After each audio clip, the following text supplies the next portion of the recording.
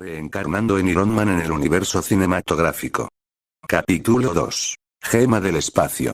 Un mes pasó, y un nuevo grupo de abogados creó Extremis Corp, llamando la atención del mundo entero cuando se registró a él como propietario mayoritario. Aunque no era el CEO, sí era quien dirigía todas sus acciones y había creado todas las reglas de la compañía. Señor, las cápsulas de seguridad están listas para la administración del Extremis Super, informó Jarvis, que ya tenía más de 50 copias pululando por ambos laboratorios y ya no tenía necesidad de hacer más. Esto es mala idea, dijo Maya dando un paso atrás. Ellos estaban en el laboratorio biológico, y las cápsulas de 2,5 metros de altura y 1 metro de ancho eran para evitar que el sobrecalentamiento inicial dañara los componentes del laboratorio. Él y Maya también llevaban trajes de materiales a base de carbón, que resistirían el calor en mayor medida que cualquier traje de acero. Adelante, dijo Tony sin importarle, y como estaba seguro de su propio trabajo, entró en la cápsula.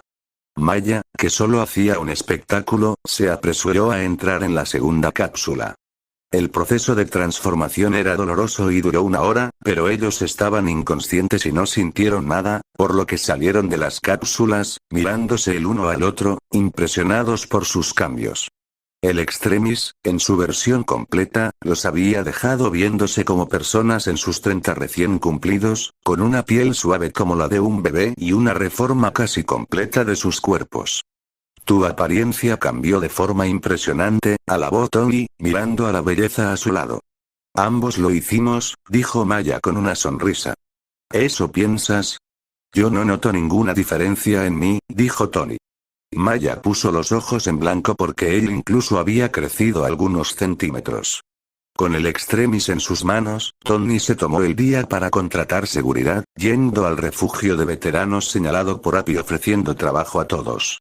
Tony consiguió más de 200 guardias de seguridad, pues el contrato de trabajo que ofrecía, además de un sueldo doble, incluía una póliza de salud platino que cubría cualquier accidente para sus empleados y familiares, e incluso la vejez estaba en la lista.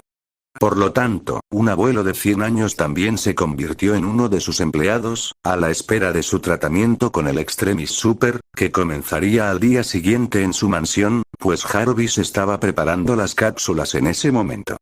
Para asegurar la fe de sus empleados, Tony les dio 1 mes de adelanto, y como él era Tony Stark, conocido por ser un millonario excéntrico, pero no un villano loco, tampoco hubo muchas dudas sobre si cumpliría su palabra.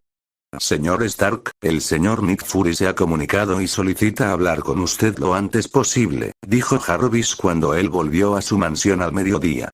Tony asintió. Llámale y dile que si ya ha conseguido lo que le pedí, lo veré en mi mansión. Puede traer a Coulson, Ojo de Halcón y la Viuda Negra con él, pero a ningún otro agente ni nadie más de S.H.I.E.L.D. Si no ha terminado, que siga trabajando. Estoy demasiado ocupado para charlar en este momento, dijo Tony. Transmitiré su mensaje, dijo Jarvis. Un par de horas después, Nick Fury se presentó en su casa, acompañado de los 3 agentes que él había mencionado. Tony les permitió conservar sus armas, pero todo lo demás fue requisado en la entrada por sus puertas de seguridad, que les obligaron a dejar todos los aparatos electrónicos fuera antes de dejarles entrar. Ahora, Nick Fury estaba sentado frente a él en su sala principal, con sus 3 agentes detrás, mirándole amenazador. Tony lo ignoraba y revisaba el archivo que ellos habían pasado a Jarvis antes de entrar, quien lo examinó y se lo pasó a su tableta personal. Encerrado de por vida en una prisión secreta. Eso es bueno, sería mejor si recuperaran sus acciones de la compañía para mí, pues se las había dado como un gesto de confianza, pero este la traicionó, dijo Tony. Nick entendió la advertencia. S.H.I.E.L.D. Cuida de los suyos, su padre fue uno de nuestros fundadores, supongo que eso ya debería saberlo, dijo Nick Fury. Tony sonrió con desprecio y les pasó su portátil. Nick Fury revisó el archivo abierto por él y lo miró junto a sus agentes. Esto es imposible. Sentenció Nick Fury. Él y sus agentes lucían igual de alarmados. Se refiere a que al menos la mitad de S.H.I.E.L.D. incluyendo a su jefe máximo Alexander Pierce, son miembros de Hydra, o que ustedes hayan sido tan ciegos para no verlo y tan tontos como para creer que no habría consecuencias por reclutar a miembros de Hydra en sus filas? Preguntó Tony. Nick Fury apretó los dientes. Esto no, mis padres fueron asesinados por Hydra, por el llamado Soldado de Invierno, también conocido como Bucky, un antiguo aliado del Capitán América. Los ataques en Sokovia también fueron realizados por Hydra, pues tienen una de sus principales bases y líderes en ese lugar.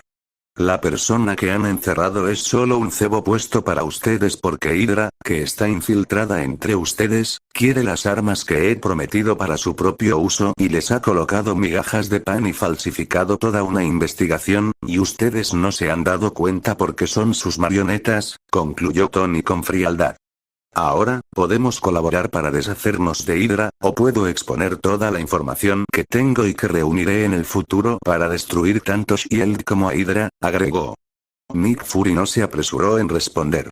Se tomó su tiempo para revisar la poca información que él le había pasado, de sus recuerdos de otro mundo, aunque, investigando todas esas cosas, sin duda Hydra sería expuesta, en especial al Dr. Armin Zola, que disponía de la información de todos los agentes de Hydra. Si todo esto es verdad y nos enfrentamos a Hydra, SHIELD sería destruida con ella, dijo Nick Fury. Y eso era cierto, pues la mitad de SHIELD era Hydra, y al enfrentarlos, era evidente que sería una guerra con muchas bajas, y al final también caerían. Tony asintió. Jarvis, adelante, dijo Tony Jarvis, que portaba la Mark II, entró en la sala. Esta es una armadura de combate con capacidad de vuelo, con una velocidad máxima de Mach 2, repulsores de disparo rápido, ametralladoras de precisión, misiles dirigidos y un blindaje capaz de resistir el disparo de un tanque. En cuanto a su movilidad, es estándar a la de un soldado cargado con su equipo. Por otro lado, este es el diseño compacto para tareas civiles. El modelo de guerra es algo más vistoso. Su única debilidad hasta ahora es su fuente de energía, pues necesito algo más de investigación en este aspecto y materiales especiales, de los cuales no dispongo, concluyó Tony. ¿Quieres el Tesseracto?, gruñó Fury. Tony asintió sin negarlo. Por supuesto, esto no es lo único que les ofrezco por permitirme estudiarlo para crear mi fuente de energía duradera para estas armaduras, dijo señalando la laptop. Abran el archivo Extremis Super, la contraseña es Jarvis, dijo Tony. Fury hizo lo que le dijo y levantó una ceja. Esto parece suficiente para nosotros, dijo Nick Fury. Tony sonrió. Si no entregan ese cubo, pueden olvidarse de cualquier colaboración, advirtió Tony, comprendiendo sus intenciones. Esto es chantaje. Se quejó Coulson. No, es una estafa, pero una estafa de ustedes hacia mí, porque yo les entrego superarmas, pero ustedes solo se aprovechan y no dan nada a cambio, dijo Tony, levantando una ceja para ver si alguno de ellos decía algo en contra, pero ninguno resultó ser tan descarado, pues ya habían hecho una chapuza con Obadiah, dejando escapar a sus cómplices, que era toda la base de Hydra en Sokovia.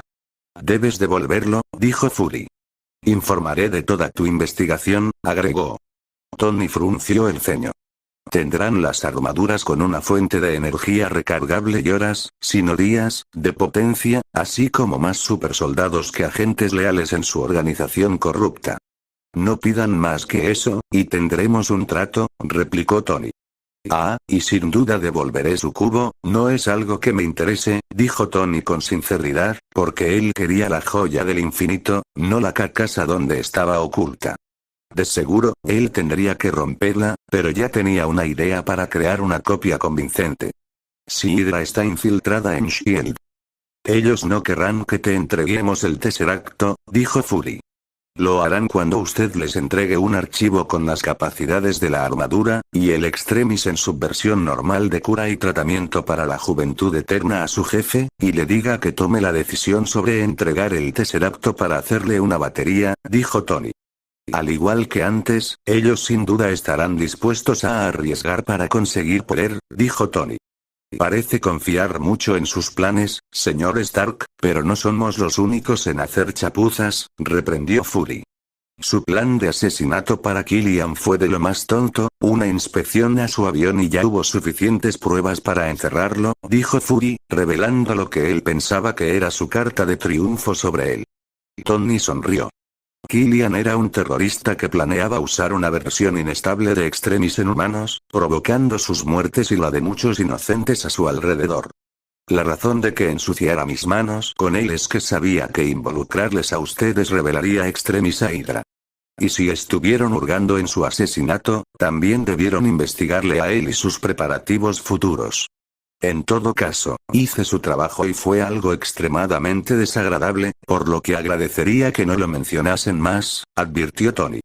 Killian pudo ser arrestado y encerrado, dijo Ojo de Halcón. Y así usaría la información sobre Extremis para negociar su libertad con Hydra, replicó Tony. Como dije antes, me he ensuciado las manos por su causa, agregó.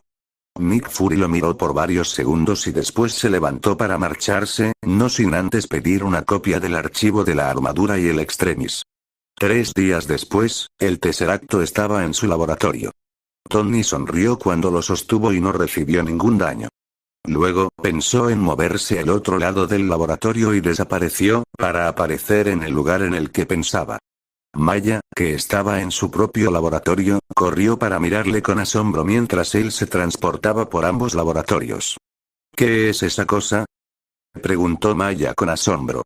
Algo que vale la pena estudiar, dijo Tony, pues el Tesseractor podía darle más que poderes para moverse por el espacio-tiempo. También fue el responsable de los poderes de Carol Danvers, Capitana Marvel, convirtiendo su cuerpo en una especie de reactor arcumano. Por supuesto, ese proceso de cambio era algo a lo que él no tendría acceso, sin un estudio profundo del poder de la joya. En cuanto a necesitarla para crear fuentes de energía, él ya tenía el reactor Arcmar II, no necesitaba más potencia para las actuales armaduras, su único interés por el Tesseractor era la gema del espacio, para la cual planeaba crear un recipiente menos escandaloso que este enorme trasto que había hecho Odín para ella. Pero eso tendrá que esperar, tenemos una presentación que hacer, dijo Tony, dejando el Tesseractor sobre un pedestal, al lado del cual, 2 droides Jarvis, con armaduras de Iron Man montaron guardia. Tony arregló su corbata y su traje, y miró a Maya, que llevaba un vestido de gala. Él le tendió el brazo, y ambos salieron del laboratorio. Jefe, el perímetro está libre, dijo un hombre de unos aparentes 30 con algo de panza, pero con un porte recto y firme, que llevaba traje y corbata. A su lado estaba otro hombre con cuerpo de estatua, y unos aparentes 30, pero uno de ellos tenía 90 años y el otro 60. Era Jack Brunner, el encargado del refugio para veteranos, y uno de sus subordinados, un soldado que había perdido ambas piernas en la guerra de Vietnam. Adelante entonces, dijo Tony, y abrió la puerta de la limusina blindada, para subir. Maya fue guiada del otro lado y Jack le abrió la puerta, mientras Frank vigilaba el estacionamiento, donde estaban otros 3 guardias, también veteranos de guerra, que ahora eran supersoldados Extremis, con una muy buena paga, y un seguro de salud Platinum para sus familiares, que incluía acceso a cualquier versión regular de Extremis. Jefe, dice Alan que el lugar está repleto hasta 2 cuadras del hotel, informó Jack, que se sentó en el puesto del pasajero en la parte delantera, mientras Frank manejaba. Tony asintió, pues ya había rumores de que su nueva compañía presentaría un producto que conmocionaría al mundo entero, y con su fama, el evento estaba lleno de personalidades científicas, y medios de comunicación internacionales, además de personalidades políticas, porque ellos recibirían grandes beneficios de esta corporación. Después de media hora de calles despejadas, gracias a sus contactos políticos, su limusina escoltada por otros 4 autos, llenos de guardias de seguridad que figuraban como personal de seguridad de Extremis Corp. Llegaron al Hotel 5 estrellas donde se haría la presentación del Extremis en todas sus variantes. Al llegar, un montón de periodistas se acercaron a él, pero Tony no era aficionado a los medios, y solo saludó de forma cordial, sin detenerse a decir tonterías, como hacía el antiguo Tony. En la recepción de la presentación, les recibió una guía, y más de sus nuevos guardias, que se encargaban de la seguridad del lugar. Unos pocos de ellos, eran veteranos recientes, pero la mayoría, habían sido viejos fuera de forma, y tardarían al menos de un año, en recuperar su forma física. Tony y Maya fueron guiados a la sala de presentaciones del hotel, que era un gran teatro con 3 pisos de palcos privados y una amplia plataforma de presentación, donde ya estaban todos los presentadores, y el CEO, de la compañía, que era una hermosa mujer de cuerpo escultural, largos cabellos negros, y ojos azules, llamada Alice, que en realidad, había sido una abogada de 60 años.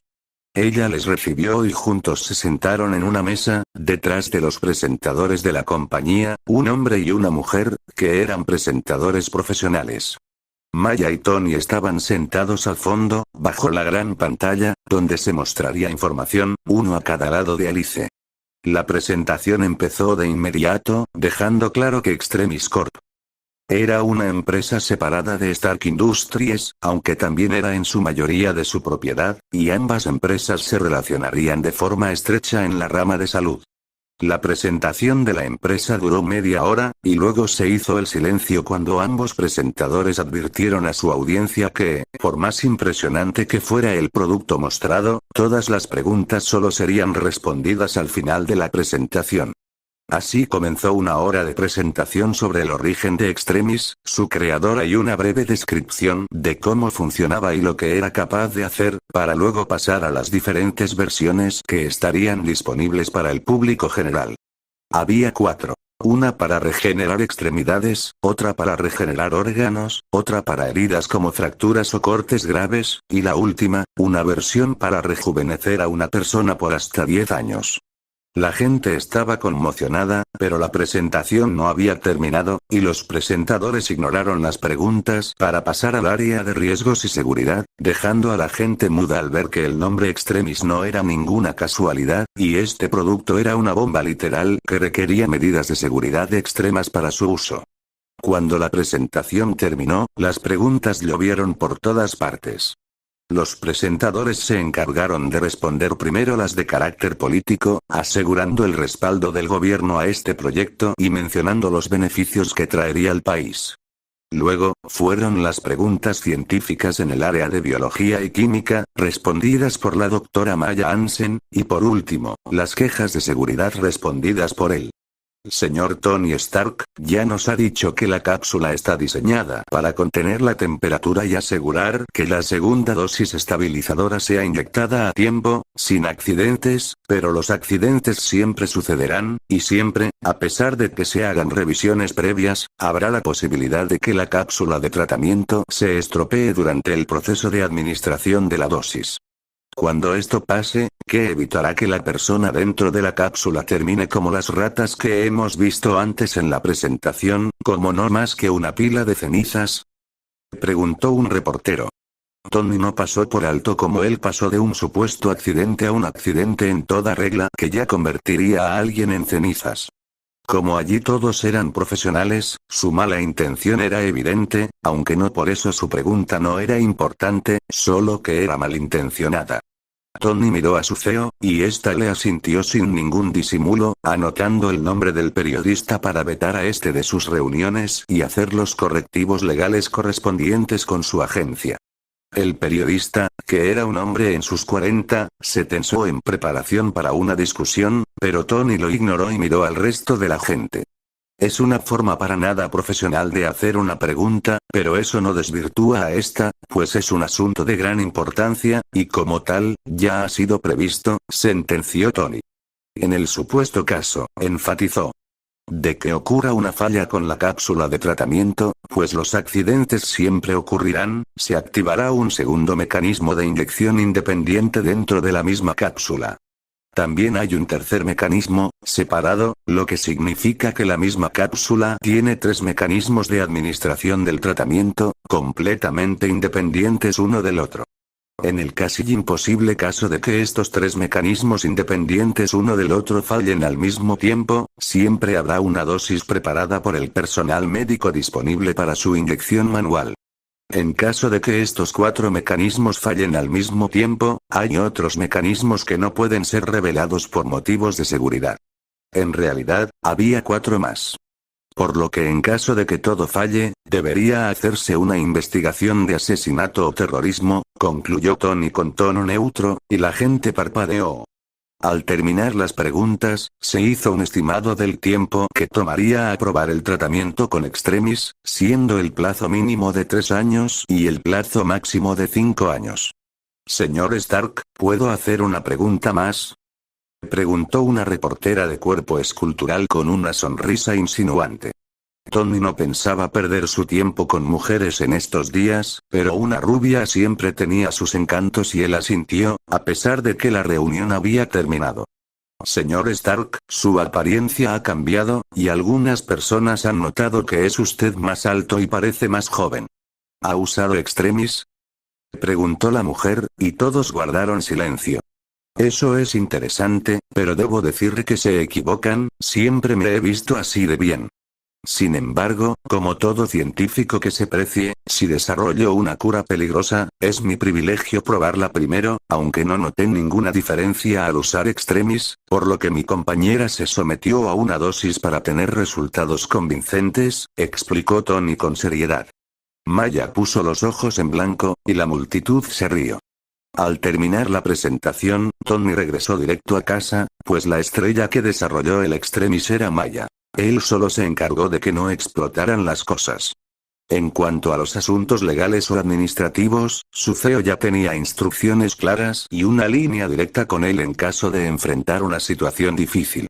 Por todo esto, Tony regresó a su mansión para trabajar con, en su opinión, la segunda gema más versátil y útil de las gemas del infinito, después de la gema de la realidad, claro está. Pero él no lo consideraba así por la capacidad de moverse por el espacio a cualquier lugar del universo en segundos, pues ese era un poder solo útil para vagos y flojos. Él era un vago y un flojo en su antigua vida, y seguía siendo un vago y un flojo en esta, pero en esta vida él también contaba con un supercerebro capaz de pensar en un mejor uso para la gema del espacio que no fuera moverse a sí mismo por todo el universo. Tampoco era mover planetas, soles o galaxias, lo que no quería decir que fuera imposible, pero si él tratara de ejercer tal poder, sin duda moriría debido a que su cuerpo no lo resistiría. No, lo que Tony pensaba hacer y el uso más roto que se le podía dar a la gema del espacio no era a nivel macro, sino irónicamente, a nivel micro, utilizando una infinitesimal parte de su poder universal para mover las partículas que componían la materia, y de forma literal, reorganizar sus componentes para convertir el simple plástico en vibranium o, si se quería ser más apegado al ore, el plomo en oro. Por supuesto, usar este poder no era tocar un pedazo de plástico, pensar en que se convertía en vibranium y asunto arreglado. Para usar este poder, él debía desear mover las partículas y ejercer poder sobre ellas, como haría si se propusiera mover cualquier otro objeto, pues no servía pensar en mover las personas de África a Estados Unidos para que se hiciera realidad. Si pretendía hacer algo así, él debía ejercer el poder de la gema sobre cada una de esas personas y luego fijar un destino. De esta forma, debía hacerlo a nivel molecular para cambiar la estructura de un átomo, y lo primero que se debía tomar en cuenta era que él no podía ver los átomos. También estaba ese pequeño asunto de que trastear con la materia podía desestabilizar sus átomos y desintegrar medio planeta, pero eso no era importante. Las cosas importantes eran el proceso y las herramientas que necesitaría. El asunto de ver los átomos se solucionó en parte con la gema del espacio, que de forma subconsciente le daba control sobre la materia en sus manos, pues cuando él se transportaba con la gema, no necesitaba pensar en la ropa que llevaba puesta ni en la posición en la que quería aparecer, ni si chocaría con una pared, nada de detalles. Él solo debía saber a dónde iba la materia, y la gema se encargaría del resto. De la misma forma, si conocía un átomo, sus partes, su estructura y número de estos, y las partículas que los componían en teoría, podía lograr su objetivo. Como la misma gema se encargaría del primer problema, surgía otro problema, y era que de nuevo, él no podía saber a simple vista cuántos átomos había en un trozo de materia al azar, pues aunque fuera una sustancia muy pura, siempre habría impurezas y cosas al azar que un humano, sin importar su inteligencia, jamás podría calcular, Bueno, estaba la gema de la mente, y la gema de la realidad podía trastear con cualquier cosa sin necesidad de planes complicados, pero él no dispondría de ellas hasta dentro de algunos años, y siempre había la posibilidad de que no cayeran en sus manos. Teniendo esto en cuenta, él necesitaba ayuda externa, y no había mejor ayuda para esto que una supercomputadora y un superescáner. ¿Podría construir algo así? Sus armaduras ni siquiera estaban disponibles en los planetas más avanzados de este universo, y disponía de una gema del infinito que, aunque no pudiera usarla para cambiar la estructura de un átomo por el momento, sí podía usarla para construir a nivel microscópico. Siempre que pudiera verlo, podía moverlo y reorganizarlo, solo debía practicar. También debía crear una nueva interfaz para la joya que pudiera mantenerse siempre con él, así que tenía una enorme cantidad de trabajo por delante. Por fortuna, él disponía de mano de obra calificada, con una precisión robótica y la eficiencia de una computadora, y docenas de manos para ayudar a crear lo que fuera. Este trabajador multipropósito era Jarvis, que en sí mismo, y mientras más terminales creaba, más parecido a un super servidor se volvía. Fin del capítulo 2.